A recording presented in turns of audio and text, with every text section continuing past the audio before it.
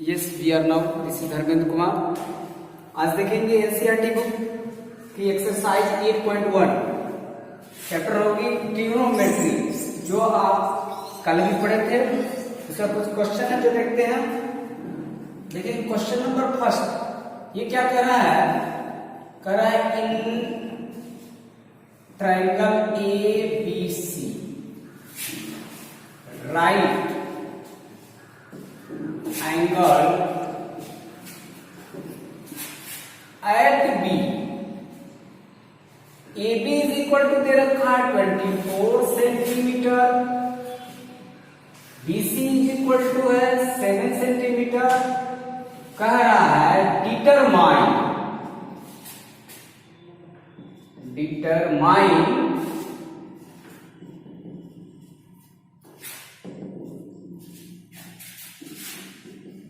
Sign A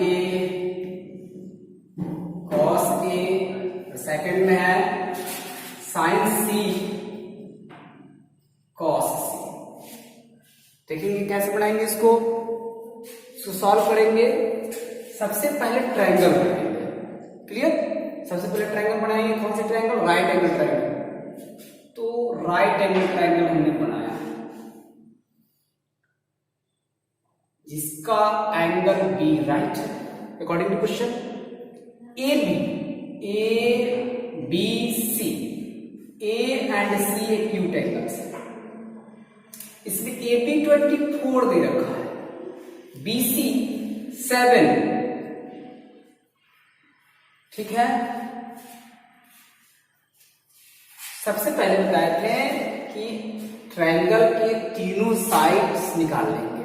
it means A B B C और A सी का value होना चाहिए, जबकि यहां ए सी नहीं है। जब तक तीनों साइड की मेजर नहीं निकलेगी, माप नहीं निकलेगी, तब तक क्वेश्चन को आगे नहीं बढ़ाएंगे। क्लियर? तो देखते हैं सॉल्यूशन इसका क्या होगा। AC निकाल लेंगे। क्या निकाल लेंगे? AC। सबसे पहले लिखेंगे in right triangle ABC। Pythagoras बताया था क्या AC is equal to root under क्या होगा? तो AB square plus BC square. It means ये फार्मूला आ गया कहां से? Hypotenuse is equal to, it means H is equal to root under perpendicular square plus base square. Clear? यहां से देख रहे हैं ए बी दे रखा है 24 का whole square plus B C 7 का होल स्क्वायर रूट अंडर है। अब 24 का होल स्क्वायर निकालना है। वैसे तो फार्मूला भी है, शॉर्टकट भी है, लेकिन आप देखेंगे 24 तो 24 इंटू 24 इस तरह से आप मल्टीप्लाई करते हैं ना। तो इसमें क्या 4 4 16 एंड 4 2 जा 8 और 9 एंड 4 2 जा 8 2 2 जा 4 6, हाँ 9 8 17 एंड 5 76। ये हो गया 24 का स्क्वायर। क्या लिखेंगे? 576 प्लस 49। क्लियर? 7 स्क्वायर। अब इसको ऐड कर लेंगे 9 एंड 6 यानी 9 और 6 कितना हो गया? 15, 5 7 4 11 1 12 और 5 1 6 और 625 का स्क्वायर रूट होता है कितना? पॉजिटिव लेना है 25। It means AC is equal to लिख सकते हैं 25 सेंटीमीटर। इसे लिख दीजिए 25 सेंटीमीटर। क्लियर? अब जो भी कह रहा है उसको फाइंड आउट कर सकते हैं। कैसे करेंगे तो देखेंगे।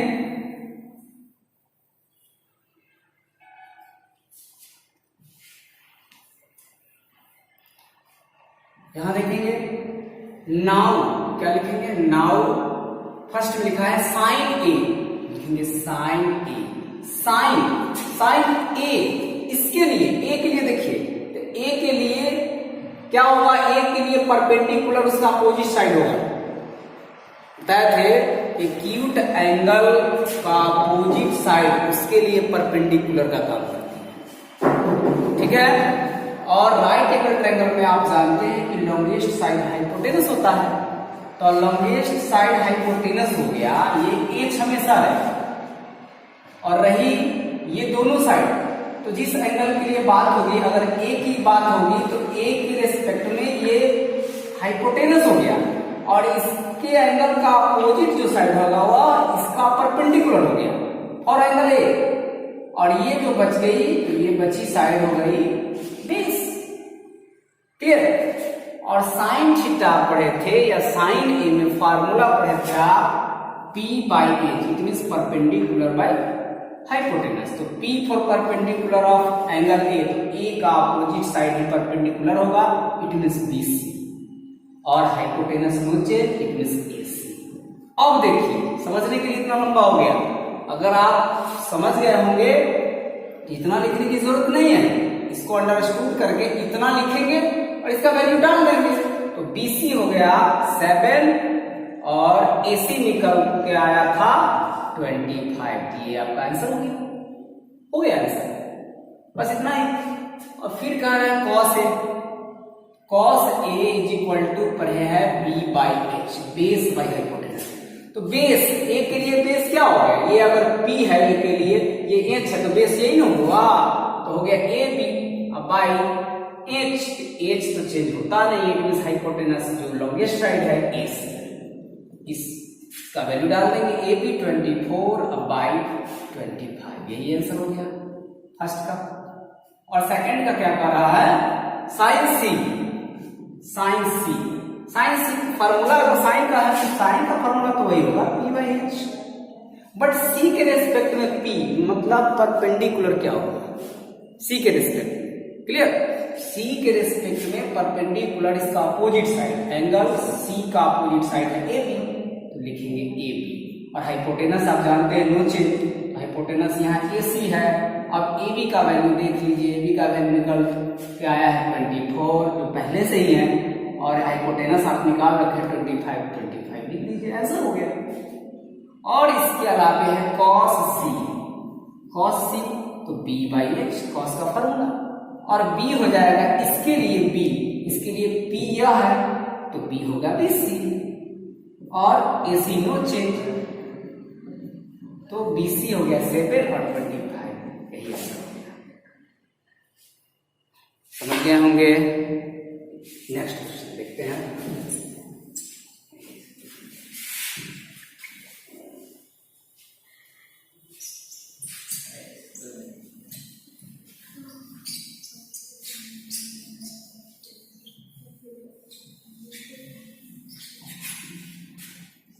नेक्स्ट क्वेश्चन दिया है in figure question number 2, in figure 8.3 क्या कहता है, find tan P minus cot R। अब जब एक ट्रायंगल दिया हुआ है, कैसा ट्रायंगल है देख लीजिए, किस तरह का ट्रायंगल है, राइट एंगल ट्रायंगल है, पी क्यू यानी राइट है, राइट क्यू आर, यह 13 सेंटीमीटर है, ये 12 सेंटीमीटर है, और यह नहीं दिया हुआ है, और इसका वैल्यू फाइंड आउट करना है ना। तो करेंगे कैसे करेंगे, सॉल्यूशन देखेंगे इसका, वेरी सिंपल। सबसे पहले बताया कि राइट एंगल ट्रायंगल में तीनों साइड निकालेंगे, दो साइड तो रखा है ना, और थर्ड साइड निकालना है ना। थर्ड साइड निकालने के लिए पाइथागोरस साहब ने बताया था क्या, अगर यह क्यूआर निकालना हो तो पी आर का स्क्वायर माइनस पी क्यू का स्क्वायर का होल रूट नहीं, इट मीन्स क्या निकाल लेंगे, in triangle P Q R, क्या Q R is equal to root under P R square minus P Q square, क्या हो जाएगा देख लेंगे, 13 का स्क्वायर माइनस 12 का स्क्वायर। क्लियर, समझ में आ रहा होगा। नेक्स्ट ध्यान देंगे, 13 169 स्क्वायर और 12 का 144, ठीक है, और इसको माइनस करेंगे तो कितना होगा 25, और 25 का पॉजिटिव रूट स्क्वायर रूट कितना होता है 5, so Q R is equal to हो गया 5 सेंटीमीटर। यहाँ 5 सेंटीमीटर लिख लीजिए। अब क्या फाइंड आउट करना है, tan p ऑफ क्वार्टर। तो tan p ऑफ क्वार्टर नहीं निकलेगा, निकल जाएगा tan p ऑफ क्वार्टर क्या, तो tan p। अब लिखेंगे नाउ क्वेश्चन दे रहा है tan p minus cot r का वैल्यू निकालो। तो क्या, तो tan p का p रहे q रहे r से क्या, वो तो सेकेंडरी मैटर है। पहले tan का फार्मूला देखते हैं। तो tan का फार्मूला होता है p बाई e b, किसका, इसका p बाई b, और p बाई b, और इसका कितना हो जाएगा p बाई b, cot का जस्ट अपोजिट इसका p बाई b। अब देखिए ना p बाई b, p के लिए p कौन होगा, p एंगल p के लिए परपेंडिकुलर कौन होगा, परपेंडिकुलर अपोजिट साइड QR होगा, QR लिख लीजिए। अब बाई b, तो b तो हो जाएगा इसका PQ माइनस, अब क्या b हो गया किसके लिए, r के लिए। यहां ध्यान देंगे r के लिए b चाहिए, तो यह इसका p हो गया या h हो गया, तो यह हो गया इसका ds। QR जस्ट अपोजिट इसका नहीं होगा, नहीं कैसे होगा, अपोजिट हो रहा, कहां हो रहा। सबसे पहले देखिए इसमें p चाहिए, p के लिए p, तो p के लिए PQR ना होगा, ठीक है, और ये दिस हो गया। अब r के लिए देखिए, r के लिए क्या चाहिए, ये p के लिए आपका हो गया p, है ना, p हो गया p। तो p का मतलब समझ गए होंगे, p का मतलब अपोजिट साइड, समझ रहे ना, p का अपोजिट साइड, और बेस PQ। अब r के लिए आए, r के लिए यह हो गया परपेंडिकुलर अपोजिट साइड, यह हो गया बेस, तब b बाई p, तो b तो बेस, तो QR क्या हो गया, फिर p PQ। तो देखने से ही लग रहा है कि वैल्यू क्या डाला, तो 0 हो रहा है, कितना आ रहा है, 0 आ रहा है। इट मींस अगर इसका वैल्यू डाल भी दे QR का, तो QR आ गया है 5/12 माइनस 5/12, 0 आ रहा है आंसर। समझ गए होंगे, नोट कर लीजिए, जल्दी से नोट कीजिए।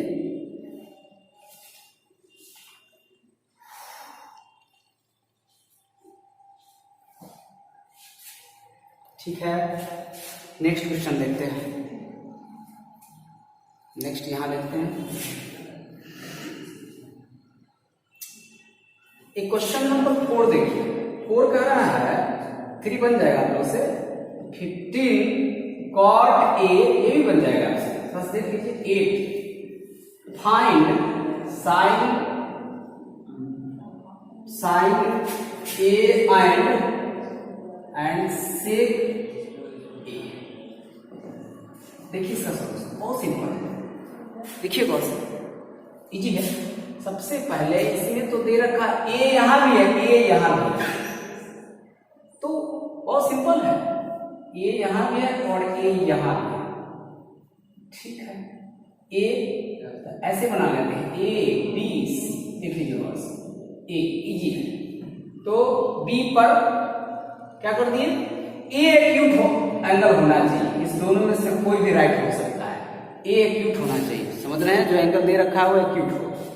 तो इसमें देख रहे हैं क्या दिया है, 15 cot A is equal to 8, so cot is equal to हो जाएगा 8/15, और cot पढ़ते हैं क्या, tan का अपोजिट, तो होता है B बाई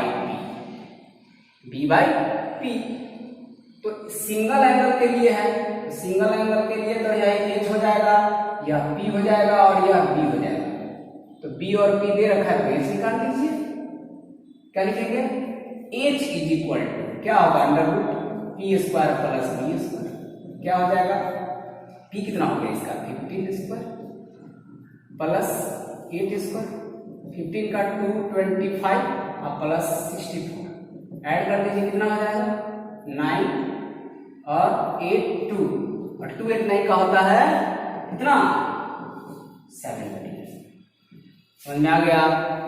नाउ अब जो आपको निकालना है निकालिए, sine A is equal to P/H होता है, तो P निकल गया है ना, P कितना हो गया, P तो 15 है और एच अभी निकला है 70। इट मीन्स ये कितना निकल गया, ये दे रखा है 8, ये हो गया 15 और ये अभी निकालना है 70। वैल्यू पुट कर दीजिए, आंसर हो गया। दूसरा क्या दिया है, सेक ए। सेक होता है कॉस का जस्ट अपोजिट, तो कॉस होता है b बाई एच, तो हो जाएगा h बाई या b। h हो गया इसका 70 और b हो गया इसका 8। That is your answer. समझ गए होंगे।